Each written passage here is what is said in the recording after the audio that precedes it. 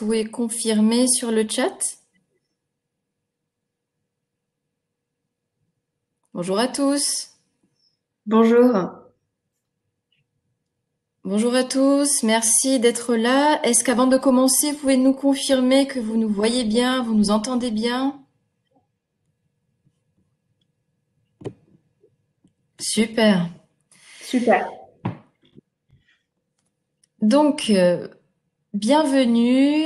Il est 11 heures, l'heure du webinar Monster et Walters People, puisque aujourd'hui, j'ai le plaisir d'animer ce webinar avec une invitée experte, c'est Stéphanie Correa. Bonjour Stéphanie et merci. Bonjour.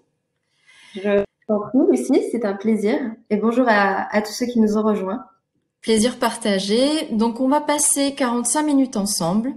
On va partager tous nos conseils pour réussir son entretien d'embauche vidéo. On va d'abord voir quels points vous devez préparer en amont, les pièges à éviter pendant l'entretien et ce qu'on vous recommande de faire après l'entretien. Comme d'habitude, on passera le dernier quart d'heure à répondre au maximum de questions. Donc, n'hésitez pas à participer sur le chat, à partager vos commentaires, votre expérience, poser vos questions et on se fera un plaisir d'y revenir à la fin du webinaire pendant le dernier quart d'heure.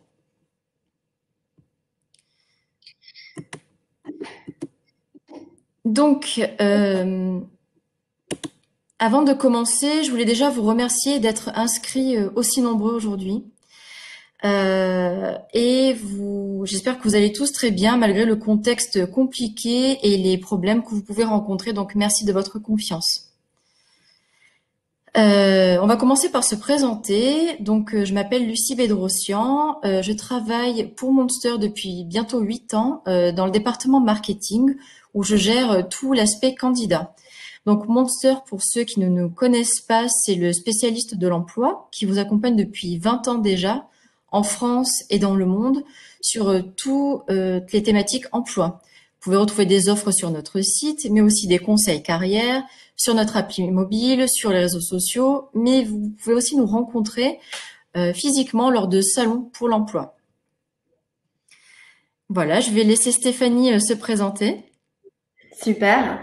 Donc, moi, c'est Stéphanie Correa. Je suis la manager de l'équipe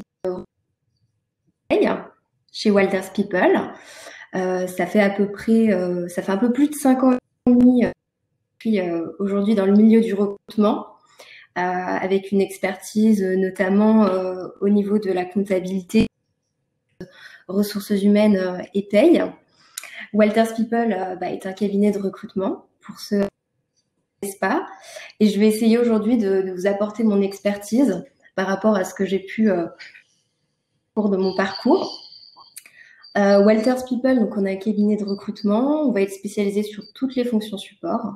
Donc j'imagine que si vous écoutez ce webinaire, c'est que soit vous êtes en veille, ou soit en tout cas vous êtes en recherche active. Donc n'hésitez pas également à vous rendre sur notre site internet. On a des offres d'emploi et voilà, on peut vous accompagner aussi bien sur des contrats en intérim, en CDD, en CDI, sur la région parisienne, sur Saint-Quentin-en-Yvelines, Lyon et Nantes. Donc voilà, on espère pouvoir vraiment avec Lucie aujourd'hui vous accompagner du mieux de la meilleure façon possible pour que vous trouviez le poste de vos rêves. Voilà, donc là c'était la présentation rapide. On va passer au slide suivant avec la première thématique. Je ne suis pas sûre d'arriver à changer le slide. Est-ce que tu peux le faire peut-être? Pas de problème, je fais pour toi.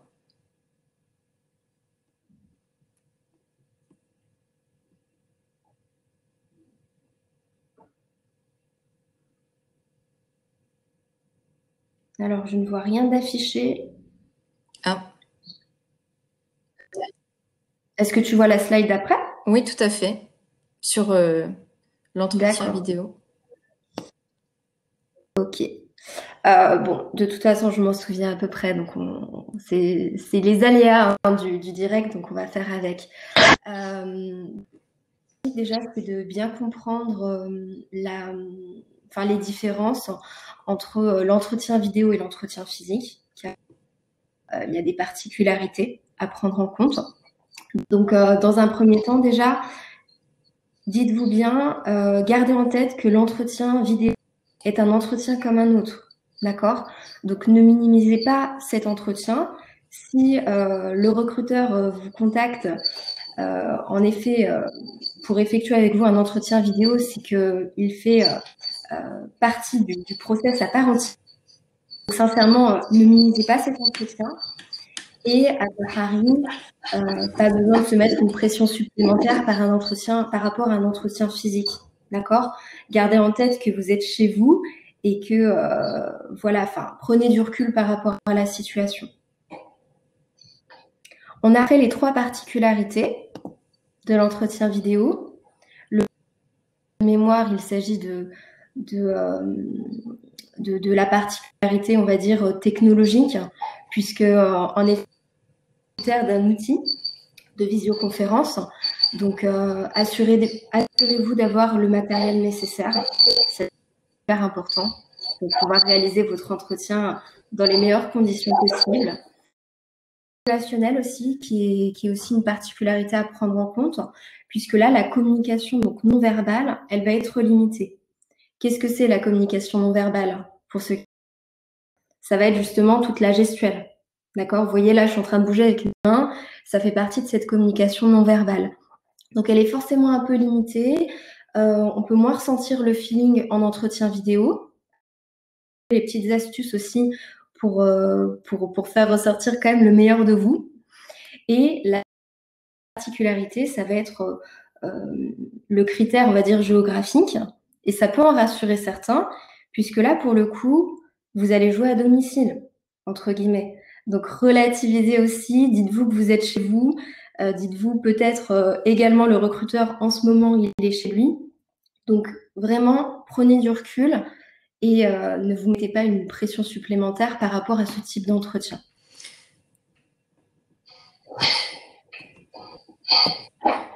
Ok, donc c'est à moi. Alors Stéphanie, visiblement, il y a pas mal de soucis de son. Donc peut-être qu'on va couper la vidéo pour permettre au son de mieux fonctionner. On va faire l'essai. Ok, donc on coupe la vidéo toutes les deux et on reste en visio. Ça marche. Voilà. Est-ce que les participants confirment que c'est mieux comme ça? Vous nous entendez mieux peut-être? Ok. Donc Hubert, là, c'est normal de ne pas entendre Stéphanie puisque c'est moi qui parle. Voilà. Donc, je reviens sur les similitudes entre l'entretien vidéo et l'entretien en présentiel. Donc, Stéphanie vous l'a dit, hein, c'est un entretien comme un autre, l'entretien d'embauche en vidéo. Ça ne change rien sur sa valeur. Ce n'est pas un entretien de deuxième catégorie, au contraire, et ça vous dispense pas de le préparer de la même façon qu'un entretien en présentiel. Donc, ça veut dire que vous allez faire ce travail préalable d'étudier bien correctement l'offre d'emploi, de prendre le temps de vous renseigner sur l'entreprise, que ce soit sur son site internet, sur ses réseaux sociaux, comprendre un peu les enjeux du secteur d'activité, le marché, voire la concurrence. Il faudra également vous préparer, en tant que recruteur, c'est le même travail également. Il va mettre en place les mêmes critères d'évaluation, le même déroulé. Donc c'est le fait que ça se passe en vidéo via un outil, ça ne vous dispense pas du tout, et au contraire, ça devrait même vous inciter à travailler encore davantage pour être vraiment à l'aise le jour J. Voilà. Alors, comment se préparer concrètement à l'entretien? Donc, avant, ça paraît logique, mais c'est toujours mieux de le dire. Alors, je ne sais pas. Hop, voilà. Donc, il faut vérifier les points vraiment pratico-pratiques. Vérifier que vous ayez la date, que vous ayez l'heure. Surtout si c'est un entretien que vous passez à l'étranger, vérifier le fuseau horaire. Vérifier sur quel outil. Aujourd'hui, il y a beaucoup d'outils de visioconférence. Ça peut être Zoom, ça peut être FaceTime, Skype, etc., etc. Donc, vérifiez bien que l'outil est compatible avec votre ordinateur, par exemple, votre téléphone. Si c'est pas le cas, vous pouvez peut-être demander à passer via une autre solution que vous connaissez mieux et qui est compatible avec votre matériel. Vérifiez aussi avec qui vous allez passer l'entretien, avec combien de personnes. Est-ce que c'est uniquement une personne DRH? Est-ce que ce sera aussi avec votre futur manager? Est-ce que ce sera avec vos futurs collègues, etc., etc. Parce que évidemment, vous n'allez pas préparer les mêmes questions et vous n'allez pas vous préparer de la même manière selon la personne avec laquelle vous allez passer l'entretien. Ce qui est aussi important de voir, c'est l'objectif de l'entretien. Est-ce que c'est un tout premier entretien pour établir un premier contact ou est-ce que c'est vraiment un entretien qui arrive en fin de parcours?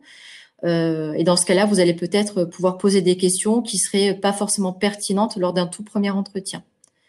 Voilà, donc j'espère que c'est clair pour vous. Voilà. Donc pour ceux qui nous rejoignent, n'hésitez pas à poser vos questions sur le chat. On se fera un plaisir d'y répondre à la fin du webinaire. Et si vous avez des problèmes à voir la présentation, à la voir nette, ça peut arriver. N'hésitez pas à la télécharger. Comme ça, vous pourrez la suivre dans de meilleures conditions. Super. Ce qui est également important par rapport à votre entretien vidéo, ça va être de tester la technique. Donc dans les conditions du live. Faites vraiment attention en effet avec votre matériel. Donc assurez-vous que votre ordinateur ou que votre tablette fonctionne bien. Donc ça, avant l'entretien, faites le nécessaire. Et il y a un chargeur aussi à votre disposition. Ça va vous permettre d'éviter des problèmes de batterie. Attention à la connexion Internet. Vérifiez que la caméra fonctionne bien. Et bien évidemment, pour le jour J, si vous pouvez le privilégier, moi, je vous recommande plutôt l'utilisation d'un casque qui va vraiment vous permettre d'éviter des grésillements qu'on pourrait entendre en entretien vidéo. D'accord ? Assurez-vous aussi de télécharger le bon logiciel. Créez-vous un compte et vérifiez votre identifiant en vous connectant directement avec le logiciel. Donc ça, c'est l'aspect technique. C'est également important. Alors, est-ce que vous pouvez simplement m'assurer que tout le monde m'entend? Car je crois que Lucie n'est pas là. Vous m'entendez? On t'entend bien, Stéphanie. Super. Bah, dis, tu as eu ta réponse en live. Parfait. J'imagine que vous m'entendez. Le deuxième point qui va être important pour préparer donc votre entretien vidéo, ça va être de planter le décor. Donc, par rapport à cela, il faut absolument que vous sachiez là où vous allez passer votre entretien avant le jour J. Moi, ce que je vous propose, c'est plutôt un lieu calme. Essayez de faire attention qu'il n'y ait pas d'enfants à proximité, pas d'animaux. Essayez de vous isoler pendant ce laps de temps. Faites attention également à l'arrière-plan. Par rapport à cela, alors il y a deux écoles. C'est à vous de voir ce que vous souhaitez privilégier. Soit vous pouvez vous mettre face à un fond plutôt neutre.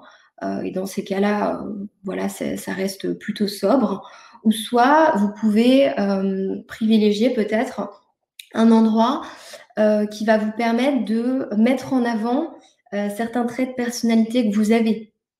Pour vous donner des exemples, pour que ce soit bien illustré, si vous adorez la lecture et que vous avez une bibliothèque à disposition, vous pouvez vous mettre avec en arrière-plan la bibliothèque. Est-ce que vous m'entendez? Je vois dans le chat plus de son. Vous m'entendez?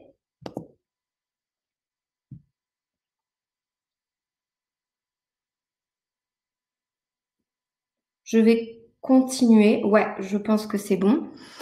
Donc voilà, donc vous avez la possibilité de mettre en avant vraiment vos traits de personnalité. Si vous appréciez aussi le fait de voyager sans souci, si vous avez en arrière-plan des paysages ou des peintures parce que voilà, vous avez la fibre artistique, n'hésitez pas, d'accord? Donc ça peut être quelque chose de personnel. Sachez que le recruteur, il est hyper curieux. Donc, dans tous les cas, ça vous permettra quand même de mettre en avant des choses qui vous caractérisent. D'accord? Privilégiez aussi l'espace lumineux, c'est important. Donc, essayez de ne pas vous mettre devant une fenêtre, ni à contre-jour. Faites attention à ça, pour que vraiment, voilà, le recruteur puisse bien voir votre visage. Ça, c'est super important. OK? Donc voilà, une fois qu'on a planté le décor, on fait attention à la tenue professionnelle. Comme vous le voyez là sur l'image, on voit quelqu'un qui est habillé au-dessus et qui a rien en bas. Enfin, voilà, c'est limité. Moi, ce que je vous recommande, c'est super important. Il faut être habillé de la tête aux pieds. D'accord? Donc vraiment, ne minimisez pas une fois de plus cet entretien. Habillez-vous de manière professionnelle, en accord avec votre secteur d'activité, certes. Il y a des secteurs d'activité comme le secteur bancaire ou les métiers, voilà, où l'image est importante, où on va demander le costume cravate. Il y a d'autres secteurs d'activité qui vont plutôt, voilà, privilégier d'autres styles, notamment en communication, en publicité. Donc, à vous aussi de savoir ce que vous pouvez mettre en fonction. D'accord? Et gardez bien évidemment toujours une posture professionnelle. L'entretien vidéo ne vous empêche pas, entre guillemets, de vous tenir droit, bien sur la chaise, d'avoir un regard, voilà, franc envers le recruteur. Faites comme si la personne était face à vous. C'est important aussi.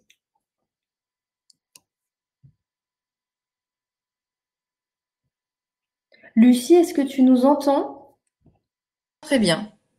J'espère que les autres participants aussi. Donc Stéphanie vous a présenté quelques points à surveiller avant l'entretien. Il faut également se préparer d'un point de vue oral, c'est-à-dire que vous allez déjà prendre le temps de réfléchir au message que vous voulez faire passer à l'écrit. C'est bien de prendre quelques notes sur ce que vous voulez dire sur vous, sur les questions que vous voulez poser, sur les points qui sont pas très clairs. Et une fois que vous les aurez mis par écrit, vous allez vous entraîner à le dire à l'oral. Il faut s'entraîner à faire la conversation avec soi-même. Donc ça veut dire quoi? Ça veut dire le répéter à voix haute, ça peut être tout seul, ça peut être devant des proches, et aussi répéter dans les conditions du direct, c'est-à-dire vous connecter à l'outil et vous entraîner à vous entendre, vous entraîner à vous voir, parce que ça peut être, c'est ça qui est déroutant en fait dans un exercice vidéo, c'est qu'on n'a pas forcément l'habitude de se voir et de s'écouter, donc il faut prendre le temps de le faire en amont. Ce qu'il faut faire aussi, c'est s'entraîner à bien respirer profondément par le ventre pour décompresser, pour éviter de se mettre trop de pression et éviter de parler trop vite. Parce que ça, c'est le tort de tout le monde en général. On a tendance à accélérer quand on est stressé, à bafouiller. Donc, prenez le temps de respirer. N'ayez pas peur des blancs, des silences. C'est pas quelque chose qui doit vous effrayer. C'est tout à fait normal. Ça peut être un moment, une seconde pour réfléchir à la question qu'on vous a posée, à réfléchir à ce que vous allez dire, à ce que vous venez de dire. Donc, n'ayez pas peur de ces silences et ça peut être aussi une façon d'observer ce qui se passe du côté du recruteur. N'oubliez pas que l'entretien vidéo, ça reste une conversation, c'est pas un monologue. Donc voilà, préparez-vous, détendez-vous, observez ce qui se passe, écoutez aussi par la communication verbale et non verbale ce qui est dit, et tout ira bien. Le dernier piège enfin qu'il faut éviter, c'est se laisser dépasser par le temps. Donc gardez toujours à portée de main une montre pour surveiller que vous restez bien dans les créneaux et que l'heure ne défile pas voilà, de façon non maîtrisée. J'espère que ces points sont clairs pour vous. S'il y a des choses qui ne sont pas claires, n'hésitez pas à le préciser sur le chat et on y reviendra à la fin du webinaire.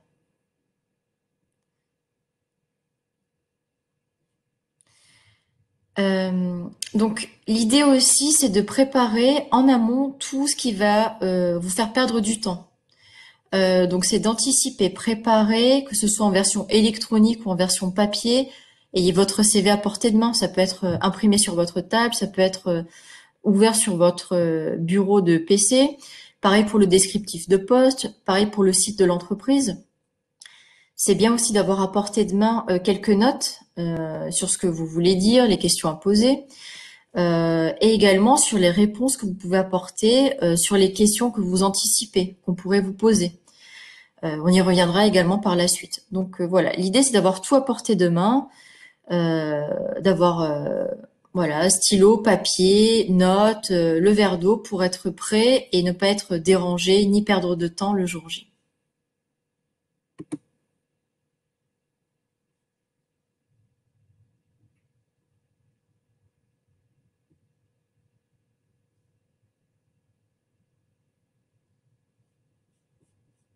Donc Stéphanie, est-ce que tu es là? Alors, on va voir maintenant quelle attitude adopter pendant l'entretien vidéo. Donc, juste avant votre entretien, donc faites attention en effet à l'heure. C'est important d'être ponctuel. Alors, hop, excusez-moi. Ayez de l'eau à portée de main, c'est très important. Ça va vous permettre, en cas de besoin, de pas vous déshydrater. Ayez un carnet et un stylo à disposition. Et n'hésitez pas pendant l'entretien vidéo à prendre des notes. C'est hyper révélateur pour un recruteur. Ça permet vraiment de s'assurer que la personne est intéressée et est curieuse. Donc faites-le, éteignez votre téléphone portable et puis fermez les programmes de votre ordinateur pour ne pas avoir de soucis de connexion, notamment. On reste bien évidemment professionnel et naturel. Alors oui, pendant l'entretien vidéo, moi ce que je vous invite, c'est vraiment à sourire et à essayer d'être le plus naturel possible. Alors, entre guillemets, vous êtes filmé, vous êtes face à une caméra, bon, bah, vous n'êtes pas vraiment face à une personne, c'est un peu différent, mais n'en perdez pas pour autant votre authenticité. Donc, gardez le regard franc, souriez, faites preuve d'empathie, essayez de montrer votre naturel justement malgré le fait qu'on soit derrière une caméra. Et faites attention aussi à votre intonation et à vos mouvements de tête et de main. Moi, ce que je vous recommande, vous pouvez bien évidemment bouger les mains si ça vous permet de communiquer, mais il faut que ça vous permette d'avoir une communication positive. Donc, ne faites pas non plus trop de gestes brusques. Comme je vous le disais, l'intonation est importante. Ça permet quand même de poser ses mots. Articuler afin que le recruteur puisse bien comprendre. N'hésitez pas à mettre des silences. Les silences, ça pose aussi le cadre, ça vous permet de réfléchir. Donc n'ayez pas peur de ces silences. Respirez bien et ne lisez surtout pas vos notes. Par rapport à ça, voilà, vous pouvez avoir une anti-sèche avec des mots-clés si ça peut vous rassurer, mais ne lisez pas vos notes car ça va vous enlever en naturel. Soyez vous-même. C'est vraiment la clé, on va dire, du succès en entretien.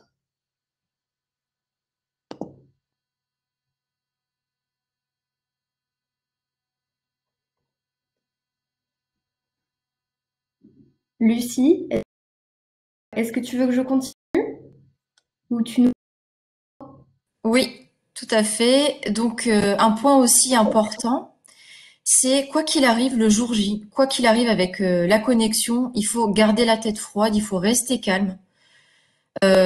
Si vous pouvez, prévoyez en amont un plan B, peut-être un autre outil de connexion, peut-être terminer l'entretien vidéo au téléphone si c'est nécessaire, voire reprogrammer une autre date. Mais voilà, ne perdez pas pied. L'idée, c'est aussi de démontrer, malgré les incidents techniques, que vous êtes en capacité de rebondir. C'est une occasion aussi de montrer aux recruteurs un problème en temps réel et comment vous allez réagir à ce problème, les solutions que vous allez apporter. Donc, ce sera l'occasion de prouver vos soft skills, comme l'esprit d'initiative, la capacité de trouver des solutions, etc., etc. Donc, n'ayez pas peur, ça peut arriver à tout le monde. C'est pas parce que vous avez un problème de connexion, que vous avez mis du temps à vous connecter, que ça va planter votre entretien. Mais voilà, c'est important de rester zen. Un point aussi qui est important, c'est que ça va aussi démontrer votre capacité peut-être à déjà en amont, avant même d'intégrer l'entreprise, à utiliser les process de l'entreprise. Donc le process de l'entreprise, ça peut être aussi l'outil imposé par l'entretien vidéo. Donc évidemment, si ça se passe bien, c'est un bon point pour vous. Et si ça se passe pas du mieux possible, pas de panique, vous essayez de vous rattraper, voire de caler un autre entretien.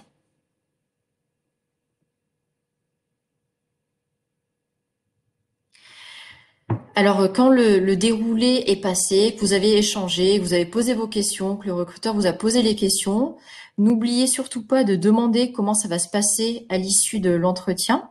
En fait, comme vous le feriez pour un entretien en présentiel traditionnel. Donc, demandez qui va recontacter qui, sous quel délai, demandez à partir de quand vous pouvez relancer. Est-ce que le recruteur préfère une relance par téléphone, par email ou d'autres types? Remercier également le temps consacré. Et si vous souhaitez ajouter la personne dans votre réseau professionnel, par exemple sur LinkedIn, demandez en amont son autorisation. Parce que parfois, voilà, quand on a été en contact avec quelqu'un dans un cadre professionnel, c'est pas forcément naturel de l'ajouter aussitôt sur un réseau social professionnel. Donc demandez si la personne est d'accord, si ça va apporter quelque chose en plus pour vous et pour elle.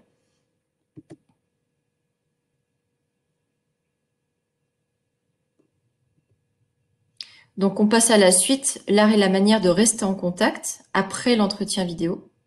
Exactement. Donc, une fois que vous avez passé votre entretien, il faut, entre guillemets, trouver l'art et la manière de rester en contact subtilement, sans avoir la sensation de harceler.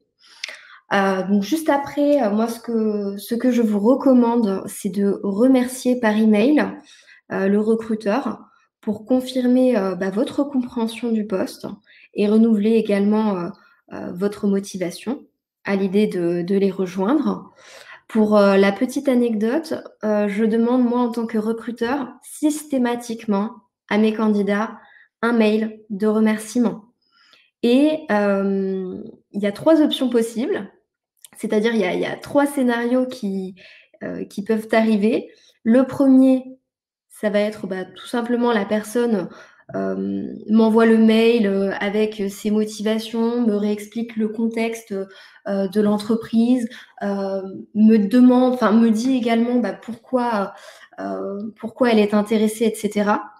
Moi, ce que je demande également, c'est une deadline. Donc en général, je leur dis, vous avez 2 jours pour m'envoyer votre email de remerciement avec ce que vous avez compris du poste. Donc dans le premier cas, en effet, donc la personne a bien compris ma demande et ça rassure le recruteur sur la possibilité de recruter cette personne. La deuxième possibilité, c'est la personne ne me fait pas de mail de remerciement. Dans ces cas-là, c'est un peu plus compliqué. On a par moment on a des fois le feeling avec la personne en entretien, on a envie de l'apprendre. Et malheureusement, face à ce mail qui finalement n'arrive pas, ça peut m'arriver de ne pas, enfin, je ne prends pas d'ailleurs les personnes à ce moment-là. Donc, ça peut être vraiment décisif dans le processus de recrutement. Donc, vraiment, faites attention. Et puis, il y a aussi, donc, dans la dernière option, les personnes qui en effet, envoient un mail, mais plutôt, on va dire, plutôt succinct. Et là, c'est compliqué. D'accord? Donc, attention. Une semaine après, également, moi, ce que je vous propose, c'est de rappeler ou d'écrire au recruteur pour prendre des nouvelles du process de recrutement. Vous pouvez également voir directement avec lui à la fin de l'entretien, fixer ensemble une deadline. Ça va vous permettre de savoir à partir de quand est-ce que vous pouvez le recontacter. D'accord? Il faut faire attention, ok pour relancer, mais ne pas harceler. Partez du principe que le recruteur, s'il est intéressé par votre candidature, dans tous les cas, il vous recontactera. Je sais que ça peut être frustrant par moment, etc. Mais essayez de respecter donc le mail et la première relance avec le timing que vous avez fixé ensemble.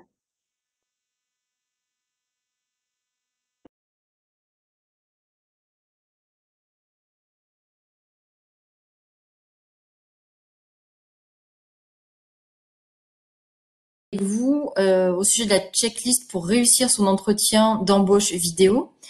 C'est valable aussi évidemment pour l'entretien en présentiel. Donc, ce que vous devez retenir, c'est évidemment la préparation sur le poste, sur l'entreprise. Documentez-vous, renseignez-vous. Les points qui sont pas clairs, vous les clarifiez. Vous préparez vos questions. Vous anticipez également votre discours. Vous répétez à l'oral les notes que vous avez préparées. Vous le faites si possible seul et avec des personnes. Vous le faites sur l'outil. Donc testez le matériel. Et évidemment, vous restez naturel, professionnel. L'entretien, qu'il soit vidéo ou présentiel, c'est surtout l'occasion de vérifier les soft skills. Donc c'est-à-dire votre attitude, votre savoir-être, vos compétences interpersonnelles. Donc c'est vraiment la valeur ajoutée de la vidéo. Voilà, donc il faudra vous entraîner et surtout rester calme et positif.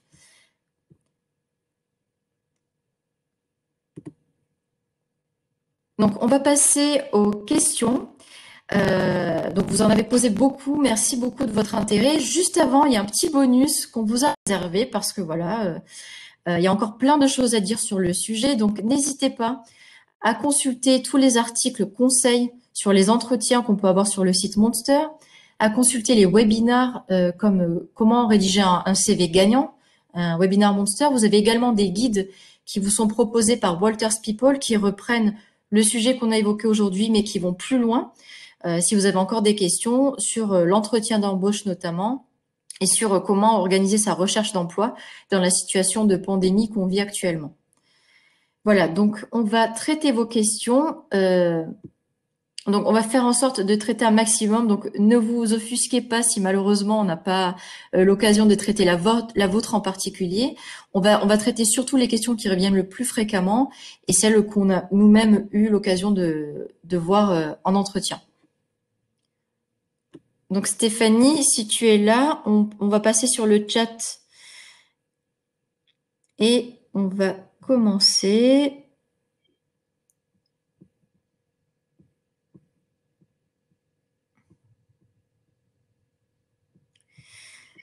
Donc, le temps de... Alors, une question pour la fin. Quelle est la part de l'entretien dans le choix du recruteur par rapport au CV, au test? C'est-à-dire, si je comprends bien, l'enjeu de l'entretien dans le cadre de tous les éléments que le recruteur a à sa disposition. Donc, Stéphanie, peut-être que tu peux partager toi ton expérience sur l'aspect décisif de l'entretien. Bien sûr. Pour moi, en tant que recruteur, donc une fois que j'ai analysé le CV, si on déclenche une rencontre, c'est que le CV nous semble intéressant. Donc c'est déjà un bon point. Par contre, ce qui est sûr, c'est que pour moi, l'entretien, il est décisif. Il est très important. C'est important en tant que recruteur, justement, de sentir le feeling, de pouvoir échanger avec le candidat.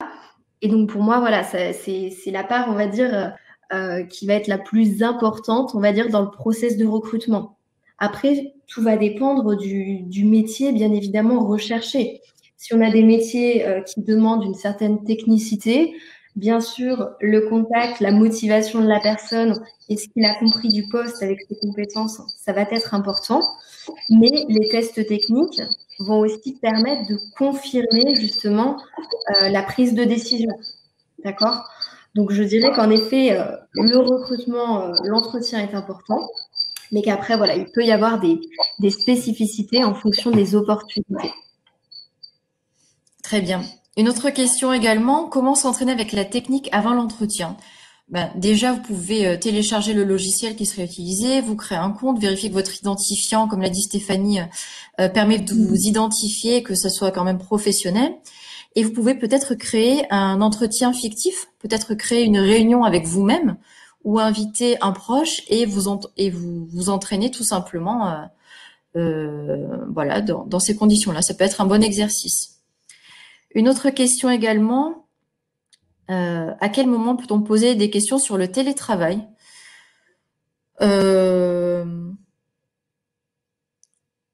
Alors, il n'y a pas de règles, hein, ça dépend de la pertinence du moment. Si c'est des entretiens, vous avez fait déjà plusieurs entretiens avec la société, ça peut être l'occasion de voir un petit peu les conditions de travail, l'environnement de travail, qu'est-ce qui est fait en général pour les collaborateurs. Est-ce que euh, on attend d'eux qu'ils soient sur site tous les jours de la semaine? Est-ce qu'il y a des dispositifs de télétravail qui sont mis en place? Donc voilà, ça peut être aussi une occasion pour vous de discuter, de clarifier un petit peu le dispositif euh, que l'entreprise permet d'avoir aux collaborateurs.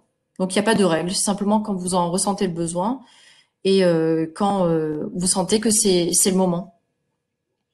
Et si je puis me permettre, Lucie, Mhm. ayez en tête aussi qu'avec le contexte actuel, de plus en plus de recruteurs et d'employeurs vont privilégier le télétravail, ou en tout cas vont le développer. Donc n'hésitez pas à poser la question sincèrement, à savoir dans quelle mesure est-ce que vous pouvez le faire. Tout à fait. C'est d'ailleurs pour ça qu'on a décidé de faire un webinaire sur l'entretien d'embauche vidéo, parce que clairement, la vidéo aujourd'hui, que ce soit pour des raisons sanitaires ou des questions pratiques, euh, ça, euh, ça se développe beaucoup plus, même auprès des entreprises qui n'avaient pas l'habitude de procéder ainsi. Donc c'est vraiment quelque chose qui va devenir naturel et se normaliser. On a une autre question au sujet des soft skills. Et je veux bien y répondre puisque on a fait récemment une étude Monster sur les soft skills qui sont plébiscités par les recruteurs. Donc, pour rappel, les soft skills, ce sont toutes les compétences intangibles que vous pouvez facilement transposer d'un métier à un autre, mais qui sont pas forcément quantifiables et pas forcément,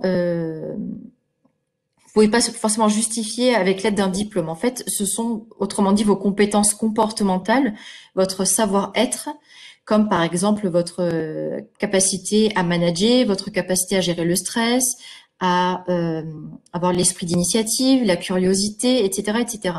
Donc, ce que nous a révélé notre étude qu'on a menée auprès de 500 recruteurs l'an dernier, c'est que dans le top 3 des soft skills plébiscités, on retrouve l'adaptabilité et la flexibilité.